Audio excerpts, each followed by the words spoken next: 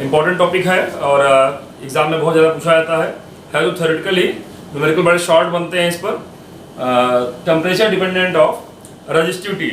तो चलिए, variation of आप वी नो दैट, हम लोग जानते हैं कि रेजिस्टिविटी रो जो होती है वो m upon N E square tau, जहाँ पर ये m is the mass of electron, E is the charge of electron.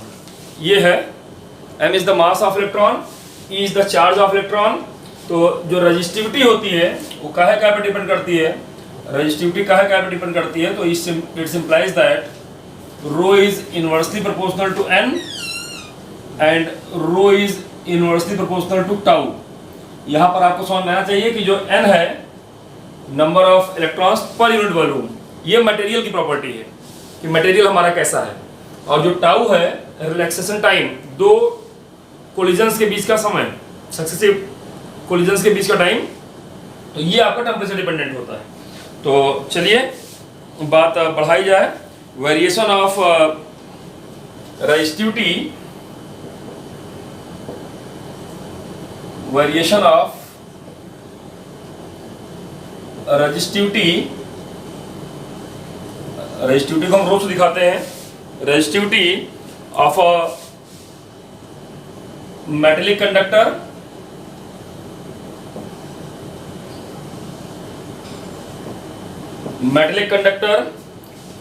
comma an alloy, a semiconductor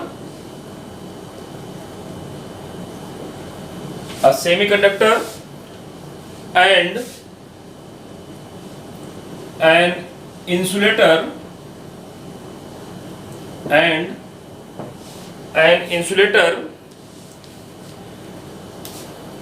changes with temperature,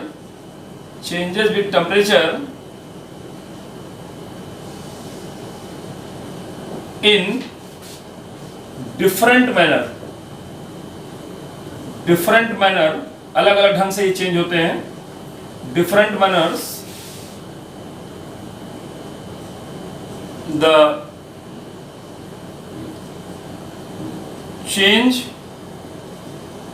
in resistivity with temperature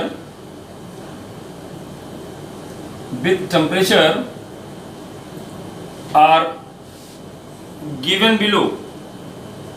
अब ये अलग अलग मटेरियल के लिए अलग अलग दिया हुआ है। नंबर एक for metallic conductor, number 1 for metallic conductor,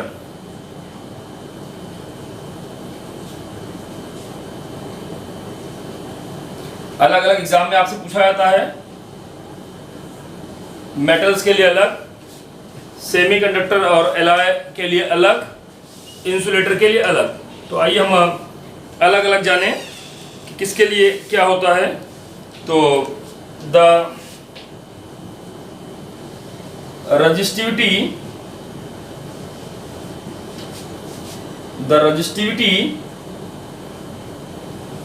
of metallic conductor,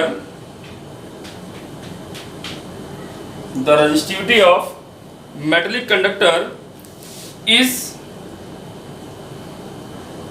inversely proportional to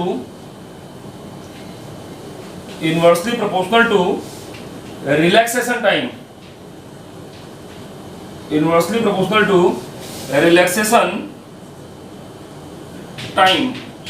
tau. तो आप देख रहे हैं कि रो जो होता है वो इनवर्सली प्रोपोर्शनल होता है टाउ के, ये मेटलिक कंडक्टर केस में है। और आपको समझना चाहिए when temperature of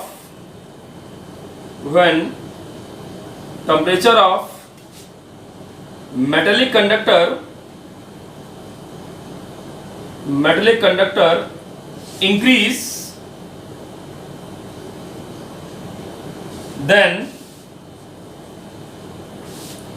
amplitude of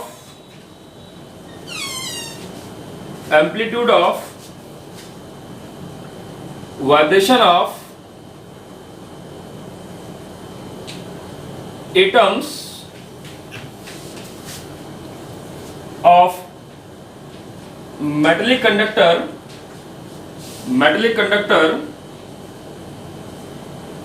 also increase। Metallic conductor के एटम्स का जो वाइब्रेशन है उसका जो एम्पलीट्यूड होगा वो और बढ़ जाएगा। टेम्परेचर बढ़ने के साथ साथ उनके इंटरनल काइनेटिक एनर्जी बढ़ जाएगी और जिसकी वजह से वो ज़्यादा लंबे एम्पलीट्यूड के ऑसिलेशंस करेंगे। So that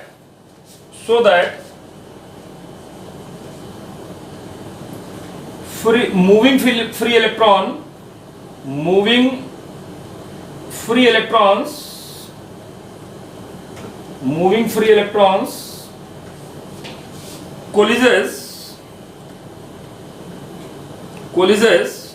more frequently and average relaxation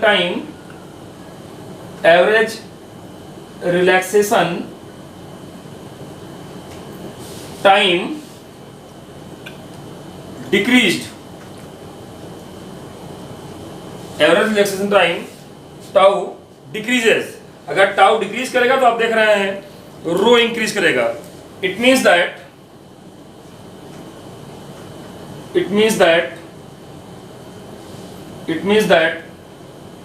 resistivity tau decrease कर गया, टेम्परेचर बढ़ाने पर टाउ डिक्रीज कर गया। It mean resistivity rho is increase with increase in temperature। तो आपको समझ में आ गया होगा कि टेम्परेचर बढ़ाने पर चूंकि मॉलिक्यूल्स या एटम्स के वाइब्रेशंस बढ़ जाते हैं तो वो जल्दी टकराने लगता है, फ्रीक्वेंटली टकराने लगता है। जल्दी टकराने का मतलब हो गया, फ्री इलेक्ट्रॉन से जल्दी टकराने का मतलब हो गया कि यहाँ पर रिलैक्सेशन टाइम घट गया और टाउ घटने का मतलब रो रेजिस्टिविटी बढ़ गई। टेम्परेचर बढ़ाने पर रेजिस्टिविटी भी रिलैक्सेशन टाइम घटता है जिसके कारण रेजिस्टिविटी भी बढ़ जाती है। ये समझ में आना चाहिए आपको। आइए इसको जरा ग्राफिकली हम क्लियर करें। यहाँ देखिए एक ग्राफ दिखा रहा हूं मैं। इधर हम थीटा दिखा रहे हैं इंक्रीज इन टेम्परेचर, इधर रेजिस्टिविटी दिखा रहे हैं रो।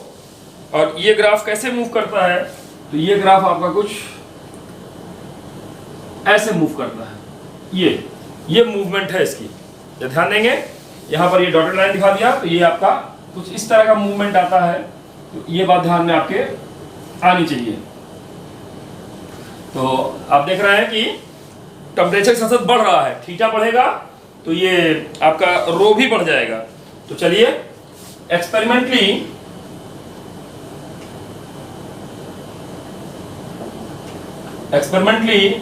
delta rho is directly proportional to delta theta and delta rho is also directly proportional to rho zero। ये बातें देखी गई कि जो रेजिस्टिविटी चेंज इन रेजिस्टिविटी होती है ये टेम्परेचर चेंज के डायरेक्टली प्रोपोर्शनल और इनिशियल जो रेजिस्टिविटी होती है इसके प्रोपोर्शनल होती है। शुरू में ही ज्यादा रेजिस्टिविटी, अगर ऐसा मटेरियल लिया है रेजिस्टिविटी ज्यादा है तो उसमें चेंज भी ज्यादा हो जाएगा। कंबाइनिंग देम, इन दोनों बातों को अगर कंबाइनिंग कर दें, combining them we get delta rho is directly proportional to rho zero delta theta. इसलिए delta rho that is equal to alpha rho zero delta theta. यहां पर ये रिलेशन आ गया। यहां अल्फा क्या है, where alpha is proportionality constant। alpha is proportionality constant called coefficient of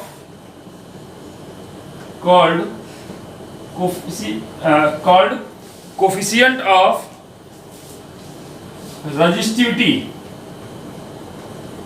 coefficient of resistivity that is alpha.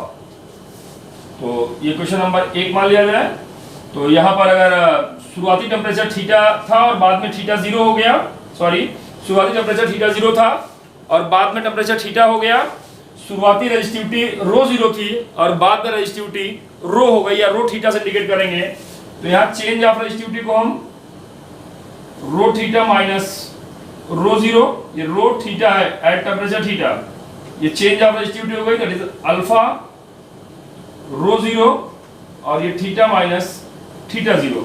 इस क्रम में हम चीजों को लिख लिए। यहाँ डेल्टा रो की जगह मैंने रो थीटा माइनस रो 0 लिखा है, चेंज इन रजिस्टिविटी, और डेल्टा थीटा की जगह थीटा माइनस थीटा 0 लिखा है, it means change in temperature. तो इसलिए रो थीटा दैट इज रो 0 इधर ले जाएंगे और रो 0 कॉमन भी हो जाएगा, तो ये आ जाएगा 1 plus alpha theta minus theta 0। This is the expression for resistivity related with temperature. This is the expression for resistivity related with temperature। और इस पे आपको न्यूमेरिकल भी मिलेंगे, ये बात आपके ध्यान में रहना चाहिए, है ना। तो रजिस्टिविटी थीटा किसी पर्टिकुलर टेम्परेचर पे कैसे डिपेंड करती है, ये बात आपको दिमाग में आ जाना चाहिए। चलिए एक चीज और यहाँ पर, for very high temperature, very high temperature, अगर टेम्परेचर वेरी हाई आता है, ये तो केवल हाई टेम्परेचर के लिए था, simple for very high temperature काम कैसे होता है, यहां देख रहे हैं कर्व हो जा रहा है। तो यहां पर जो वेरी हाई टेम्परेचर के लिए एक्सप्रेशन हो जाएगा rho theta is equal to rho 0 1 plus alpha theta plus beta theta square.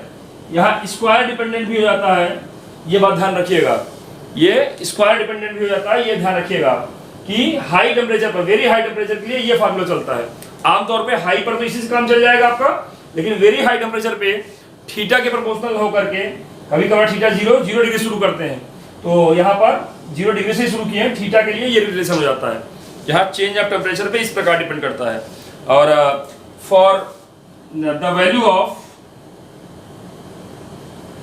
Of alpha, alpha means coefficient of resistivity with temperature, temperature coefficient of resistivity, इसको आप टेम्परेचर के रूप में है तो टेम्परेचर लिख सकते हैं, temperature coefficient of resistivity, temperature coefficient of resistivity alpha is positive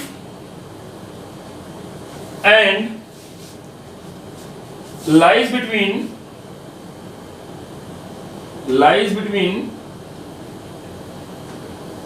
10 to power minus 2 to 10 to power minus 4 पर डिग्री सेल्सियस। इसकी यूनिट क्या हो जाएगी, पर डिग्री सेल्सियस, पर डिग्री सेल्सियस। क्योंकि अल्फा क्या हो जाएगा, डेल्टा रो अपॉन रो 0 डेल्टा थीटा, तो डेल्टा रो अपॉन रो 0 कोई यूनिट नहीं होगी, बटे में डेल्टा थीटा है, दैट इज पर डिग्री सेल्सियस। इस तरह से पर डिग्री सेल्सियस के रूप में ये उत्तर आएगा। तो यहां तक आपको बात समझ में आ गई होगी। और एक और बात बोल दें यहां पर, बट आप जानते हैं कि जो रेजिस्टेंस होता है R, वो रो L बाई A होता है। देन आपको समझना चाहिए कि लेंथ और एरिया को अगर हम कांस्टेंट तक ट्रीट करें तो जो रेजिस्टेंस है वो भी रेजिस्टिविटी बढ़ने के साथ साथ बढ़ेगा। मटेरियल की अगर टेम्परेचर चेंज करेंगे तो उसका रेजिस्टिविटी बदलेगा, और रेजिस्टिविटी बदले का मतलब हो गया कि रेजिस्टेंस बदलेगा। तो then delta R can also written as, जैसे यहां पर हमने डेल्टा रो लिखा था, इक्वेशन नंबर 2 लिख लेंगे इसको, ये डेल्टा रो लिखा था, delta R that is alpha bar R0 delta theta. यहां पर अल्फा बार आ गया, that is the temperature coefficient of, यहां रेजिस्टिविटी था और यहां अल्फा बार को हम टेम्परेचर कोफिशिएंट ऑफ रेजिस्टेंस बोलते हैं। तो इसलिए ये भी फार्मूला आप समझ सकते हैं कि R at theta is equal to R0 1 plus alpha bar theta minus theta 0। ये दो फार्मूले हैं, एक रेजिस्टेंस के लिए मैंने बताया इक्वेशन नंबर 3 और एक और बता दिया इक्वेशन नंबर 4। तो इस फार्मूले का भी यूज करके आप पर्टिकुलर टेम्परेचर थीटा पर रेजिस्टेंस आप कैलकुलेट कर सकते हैं। पर्टिकुलर टेम्परेचर थीटा पर आप रेजिस्टेंस कैलकुलेट कर सकते हैं। ये यहाँ अल्फा डैश क्या है, where alpha bar that is delta rho upon rho delta R upon R0 delta theta is called, proportionality constant है, is called temperature coefficient of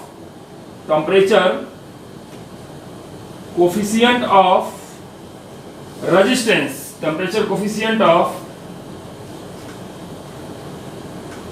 resistance. तो ये टेम्परेचर कोफिशिएंट ऑफ रेजिस्टेंस है। तो आपने देखा कि फॉर मेटल के case में, कंडक्टर के केस में किस प्रकार से टेम्परेचर पर ये डिपेंड करता है। इस पर छोटे मोटे आपको न्यूमेरिकल मिलेंगे, बुक में आपके न्यूमेरिकल दिए गए हैं, 2-3 न्यूमेरिकल छोटे छोटे हैं, लगाइएगा और इस पर आपका काम चलेगा। और ये बात आपको समझ में आनी चाहिए कि जैसे ही हम टेम्परेचर बढ़ाते हैं मॉलिक्यूल्स या एटम्स के वाइब्रेशंस का एम्पलीट्यूड बढ़ जाता है।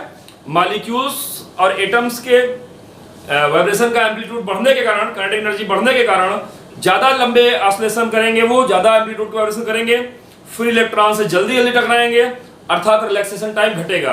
रिलैक्सेशन टाइम घटेगा, टाउ घटेगा, हमारी रेजिस्टिविटी बढ़ेगी।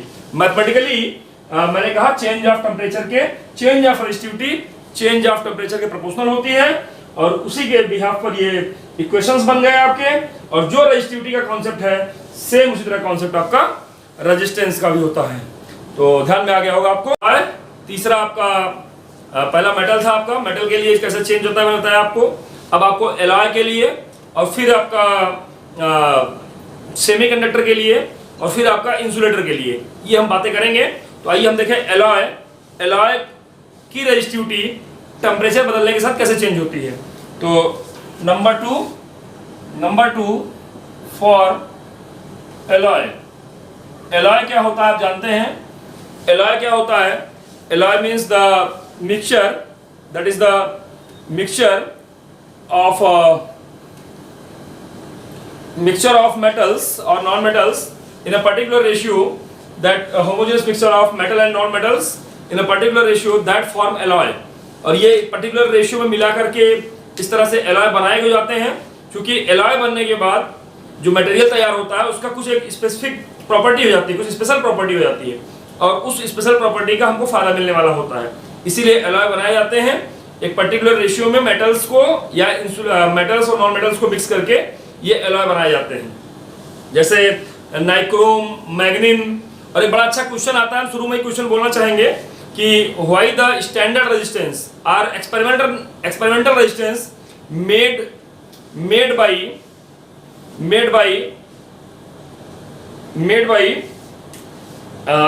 कॉन्स्टेंटन है ना, या सॉरी मेड बाई नाइक्रोम, या कह सकते हैं आप मैग्नीन से क्यों बनाए जाते हैं। तो ये आपके स्टैंडर्ड रेजिस्टेंस आपके मैग्नीन एलॉय के क्यों बनाए जाते हैं। तो ये बता दें आपको कि जो मेटल में भी आपने देखा कि रेजिस्टिविटी जो होती है वो टेम्परेचर पे डायरेक्टली डिपेंड करती है। टेम्परेचर के हिसाब से जो है वो बहुत तेज बदलती है, लेकिन या प्रोपोर्शनल कह सकते हैं, प्रोपोर्शनल थी। और यहाँ पर एलॉय की रेजिस्टिविटी टेम्परेचर पे बहुत माइन्यूट डिपेंड करती है या लगभग निग्लिजिबल डिपेंड करती है। मतलब टेम्परेचर अगर बदल भी जा रहा है तो भी इसकी रेजिस्टिविटी बहुत ज़्यादा बदलती नहीं है। इसीलिए स्पेशली एलॉय जो है वो हम लोग एक्सपेरिमेंटल रेजिस्टेंस के रूप में या स्टैंडर्ड रेजिस्टेंस के रूप में यूज करते हैं। स्टैंडर्ड मतलब कि उसकी वैल्यू बदलेगी ही नहीं, टेम्परेचर बदलने पर बहुत स्लाइट अंतर आता है या न के बराबर अंतर आता है। तो एलॉय की खासियत यही कि इसकी जो रेजिस्टिविटी हो टेम्परेचर पर डिपेंड नहीं करती। तो आइए हम लोग एलॉय वाली बात लिखें। तो लिख लेंगे, in the case of alloy the resistivity of alloy में कौन कौन सा को जाना चाहिए, खासकर nichrome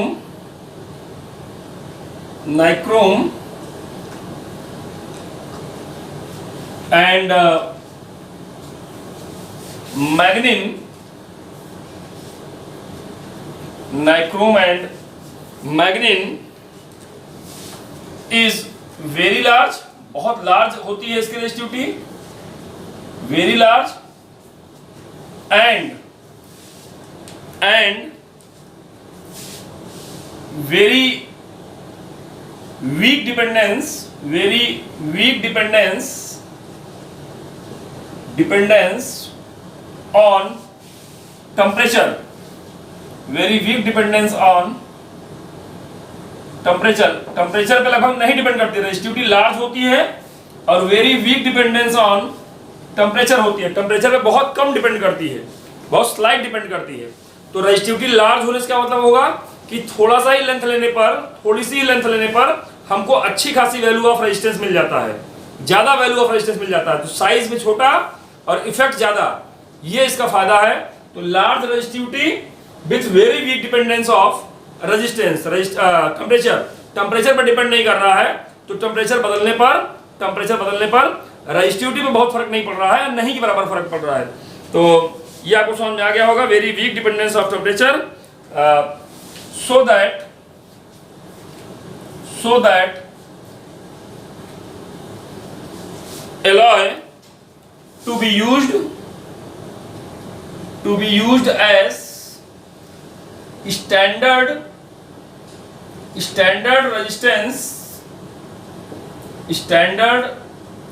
resistance in experiments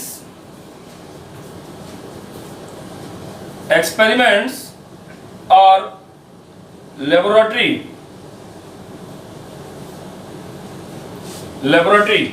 laboratory में या एक्सपेरिमेंटल बेस पर हम लोग जो है एलॉय को ही प्रेफर करते हैं। मैंने बताया कि आपको मैग्नीन का ही जो वायर आपको जो लैब में आप पोटेंशियोमीटर का प्रैक्टिकल करेंगे, अभी आगे समझाऊंगा, पोटेंशियोमीटर, मीटर ब्रिज है ना, और जो भी आपके इस तरह के एक्सपेरिमेंट्स हैं जो लैब में करने को मिलते हैं इलेक्ट्रिसिटी चैप्टर में, उसमें जो मटेरियल यूज किया जाता है, जो मेटल वायर लिया जाता है, वो मेटल ना होकर के देखने में मेटल जैसा होगा, रहेगा एलॉय का ही। तो एलॉय वायर रहता है। और आप जानते हैं बल्ब में और हीटर में नाइक्रोम या टंगस्टन के जो है फिलामेंट यूज किए जाते हैं, आप जान रहे हैं। वो इसीलिए यूज किए जाते हैं क्योंकि उनकी एक पर्टिकुलर वैल्यू होती है, कम लेंथ में ही बहुत ज्यादा रेजिस्टेंस हो जाता है, जिससे वो ज्यादा हीटर के केस में, और नाइक्रोम के लिए, और टंगस्टन का बल्ब में एक बहुत अच्छा सा ब्राइटनेस आती है और बल्ब हमारे लिए जलता है। तो इस तरीके से आप ध्यान में आ गया होगा कि बल्ब में टंगस्टन और हीटर में नाइक्रोम, ये दोनों एलॉय हैं और ये एक पर्टिकुलर कम लेंथ पर ही हाई रेजिस्टिविटी शो करते हैं, weak dependence of temperature show करते हैं, इसीलिए हम यहाँ पर इसको यूज करते हैं। इसके अलावा लैब में जो है मैग्नीन यूज किया जाता है, तो जिससे हम लोग उसको एक स्टैंडर्ड रेजिस्टेंस पा जाते हैं और आपके एक्सपेरिमेंट के दौरान उसकी वैल्यू चेंज नहीं होती, टेम्परेचर बढ़ने पर उसकी वैल्यू चेंज नहीं होती है। चलिए थर्ड केस बताऊं आपको, थर्ड केस और फोर्थ केस एक साथ मिक्स करके बता रहा हूं, लास्ट में थोड़ा चेंज कर दूंगा तो वो केस दोनों पर लागू हो जाएगा। तो आइए third case for semiconductor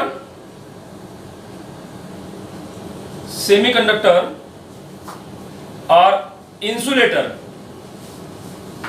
semiconductor या इंसुलेटर के केस में क्या होता है, अच्छा ध्यान देना चाहिए कि क्यों ऐसा होता है हाई रेजिस्टिविटी और वीक डिपेंडेंस ऑफ एलॉय में। तो ध्यान में आ जाए आपको कि कंस्ट्रक्शन के नाते ऐसा हो रहा है। इनका जो कंस्ट्रक्शन होता है, मॉलिक्यूल्स के बीच से फोर्सेज होते हैं और इलेक्ट्रॉन्स के साथ जो बाउंडेशंस होती हैं, उस नाते से जो है ये, या कह सकते हैं कि जो इनका जो लैटिस होता है इस तरह होता है कि टेम्परेचर के साथ में उनके वाइब्रेशन में बहुत ज़्यादा अंतर नहीं आने पाता है, मॉलिक्यूल्स बहुत ज़्यादा फ्री नहीं हो पाते हैं वाइब्रेट करने के लिए।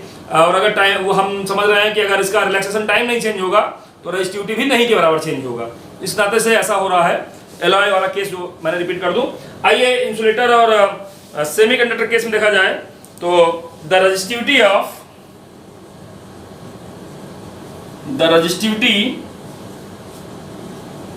ऑफ सेमीकंडक्टर और इंसुलेटर, सेमीकंडक्टर और इंसुलेटर decreases exponentially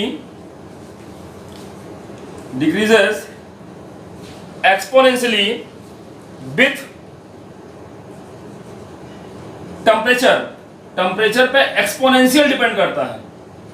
क्या फार्मूला चलता है तो ध्यान दे लेंगे, rho is equal to rho zero e की पावर कैपिटल ई सफिक्स में g by small k T. ये फार्मूला है आपका, ध्यान दीजिएगा। एक्सपोनेंशियल डिपेंडेंट होता है। अगर इसको ग्राफ से दिखाऊं मैं, तो इधर मैं रो दिखा रहा हूं, इधर एब्सोल्यूट टेम्परेचर टी दिखा रहा हूं, और ये एक्सपोनेंशियल डिक्रीज करता है बहुत तेजी के साथ में, इस तरह एक्सपोनेंशियल डिक्रीज करता है। यहां पर क्या क्या चीजें आगे परिचित कराएं, where k small k is Boltzmann constant, Boltzmann's constant, comma E g E suffix में g is energy gap between valence band and conduction band, energy gap between valence band and conduction band, valence band and conduction band, and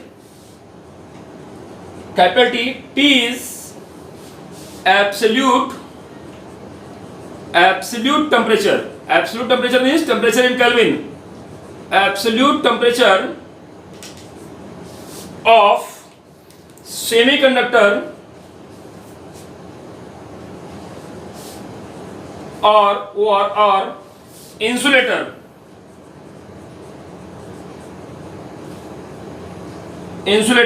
ध्यान देंगे। यहां पर के क्या है, Boltzmann constant है, T क्या है, एब्सोल्यूट टेम्परेचर है, ईजी क्या है, कैपिटल ई सफिक्स में g, energy gap between valence band और कंडक्शन बैंड। वैसे बैंड का थ्योरी क्या है ये आप सेमीकंडक्टर में डिटेल में पढ़ते हैं, सेमीकंडक्टर में ही जानते हैं इस बारे में, लेकिन हल्का सा हिंट कर दूं मैं आपको कि वैलेंस बैंड और कंडक्शन बैंड मतलब इलेक्ट्रॉन अगर बॉन्ड के अंदर है, कोवेलेंट बॉन्ड का हिस्सा है, फ्री नहीं है, तो वो कहा जाता है कि वो वैलेंस बैंड में है। और अगर वो फ्री हो गया चलने के लिए, फ्री इलेक्ट्रॉन की तरह ट्रीट कर रहा है, तो सेमीकंडक्टर और इंसुलेटर में उसको स्पेशल नाम देते हैं, दैट इज कंडक्शन बैंड। तो कंडक्शन बैंड और वैलेंस बैंड मतलब के बीच का एनर्जी डिफरेंस, तो जो एनर्जी डिफरेंस होता है इसी को हम एनर्जी गैप कहते हैं। कितने एनर्जी देने पर इलेक्ट्रॉन वैलेंस बैंड से कंडक्शन बैंड में चला जाएगा, इसका मतलब बाउंड इलेक्ट्रॉन से वो फ्री की तरह ट्रीट करने लगेगा। तो ये जो डिफरेंस होता है, यहाँ पर स्पेशली कुछ नोमेनक्लेचर जैसा यूज करते हैं हम लोग, valence band, conduction band, energy gap. तो सेमीकंडक्टर में डिटेल में जानेंगे। हम बता रहे थे आपको जो एनर्जी गैप होता है, वो एनर्जी गैप और कुछ नहीं, वैलेंस बैंड और कंडक्शन बैंड के बीच का एनर्जी गैप है। इतनी ही एनर्जी देने पर इलेक्ट्रॉन जो बॉन्ड में है वो फ्री हो जाता है और वो कंडक्शन करने लायक हो जाता है। और आपको याद होगा सेमीकंडक्टर में बताया था कि अगर इलेक्ट्रॉन बॉन्ड से निकल के फ्री हो गया तो वो कंडक्शन इलेक्ट्रॉन की तरह ट्रीट करता है, और जहां यहाँ गैप बन गया बॉन्ड के अंदर वो होल्स की तरह ट्रीट करता है। तो होल्स और इलेक्ट्रॉन का कॉन्सेप्ट बहुत डिटेल में हम लोग सेमीकंडक्टर पढ़ेंगे। यहाँ थोड़ा बहुत जान ले कि होल्स वैलेंस बैंड में होता है, जहां से इलेक्ट्रॉन निकल के गया है वो डिफिशियंसी, वो स्पेस, वो जो कैरियर की तरह ट्रीट करती है, दैट इज कॉल्ड होल्स। और जो इलेक्ट्रॉन फ्री हो गया वो आपका फ्री इलेक्ट्रॉन या कंडक्शन इलेक्ट्रॉन कहलाएगा। तो चलिए, एनर्जी गैप थोड़ा थोड़ा समझ में आ गया होगा। और फॉर इंसुलेटर यही डिफरेंस है बेसिकली, इसलिए मैंने इसको तीन ही हेडिंग पढ़ा दिया, केवल यही डिफरेंस पड़ रहा है। For insulator Eg energy gap की जो वैल्यू होती है दैट इज लेस देन या नियर अबाउट 1 इलेक्ट्रॉन वोल्ट के आसपास होती है। खासकर आप दो जानते हैं, for germanium and for silicon, ये नेचुरल सेमीकंडक्टर्स हैं।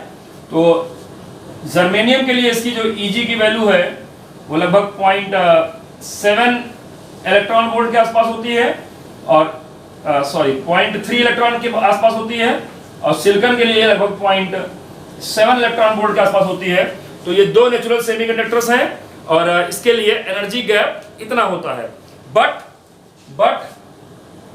फॉर इंसुलेटर जो Eg की वैल्यू होती है that is more than 3 electron volt होती है। और खासकर डायमंड के लिए अगर हम देखें या इसके और मटेरियल्स को देखें तो 6 इलेक्ट्रॉन वोल्ट के आसपास पहुंच जाती है। तो ध्यान देंगे, तो यहाँ एनर्जी गैप का डिफरेंस है, एनर्जी गैप बहुत ज़्यादा है। सामान्य टेम्परेचर पे या थोड़ा मोड़ा बढ़ने पर इंसुलेटर जो है वो लगभग न के बराबर ट्रीट करता है, बहुत ज़्यादा उसकी जो रेजिस्टिविटी है वो चेंज नहीं हो पाती, या रेजिस्टिविटी में बहुत ज़्यादा इफेक्ट नहीं आता, बहुत इंक्रीज नहीं होगी। लेकिन सेमीकंडक्टर में तुरंत ही हल्का सा टेम्परेचर बढ़ाने पर एनर्जी गैप चूंकि बहुत कम है तो बहुत सारे होल्स और कंडक्शन इलेक्ट्रॉन डेवलप हो जाते हैं, और इस नाते से कंडक्टिविटी बढ़ेगी, या कह सकते हैं रेजिस्टिविटी एक्सपोनेंशियली घटती जाती है। तो ये इफेक्ट सेमीकंडक्टर केस में प्रॉपर दिखाई पड़ता है, इंसुलेटर के केस में उतना अच्छा दिखाई नहीं पड़ता है, क्योंकि इसका एनर्जी गैप वाला जो पोर्शन है वो बहुत ज्यादा इफेक्ट करता है और वो बहुत ज्यादा जो है वो कॉज करता है। we know that ध्यान देंगे, we know that delta R that is equal to alpha bar R0 delta theta, इसलिए alpha bar becomes delta R upon R0 delta theta. इसको आप R2 minus R1 upon R1 theta 2 minus theta 1 के term में समझ सकते हैं। तो आइए, इसलिए अल्फा बार क्या आ गया, R2 माइनस R1। यहाँ अगर हम इसको घटा देंगे तो आप देखेंगे कि 16.4 माइनस 10.5, इसको अगर हम घटाएंगे 10.5 तो इसकी वैल्यू आ जाएगी 5.9। ऊपर जो रेजिस्टेंस का चेंज आ गया ये 5.9 आ गया। R1 कितना है, R1 है आपका 10.5, और रेजिस्टेंस टेम्परेचर कितना चेंज हो गया, तो आप देख रहे हैं कि 147 हो गया, पहले था आपका ये 21, घटा देंगे तो इसकी वैल्यू आ जाएगी आपकी 126। अब इसको हम सॉल्व कर लें, ऊपर कितना है आप देख रहे हैं, ऊपर है ये 5.9 डिवाइडेड बाई 10.5 डिवाइडेड बाई 126, इसकी जो वैल्यू आ जाएगी ये 4.46 इंटू 10 टू पावर -3, और यूनिट मैंने कहा पर डिग्री सेल्सियस। ये आंसर आ जाएगा। उम्मीद है आंसर मैच कर रहा होगा आपका। आंसर आ रहा बेटा? Sir 4.46 into 10 to the power -3 degree Celsius inverse. हाँ, एकदम सही आंसर आ गया है। तो उम्मीद है क्वेश्चन कैसे लगते हैं, इसको कैसे हम लोगों ने डील किया है समझ में आ गया होगा। तो ऐसे ही एक आध क्वेश्चन और है, उसको आप लोग लगाइएगा। इतना ही मुझे अभी बताना था आज।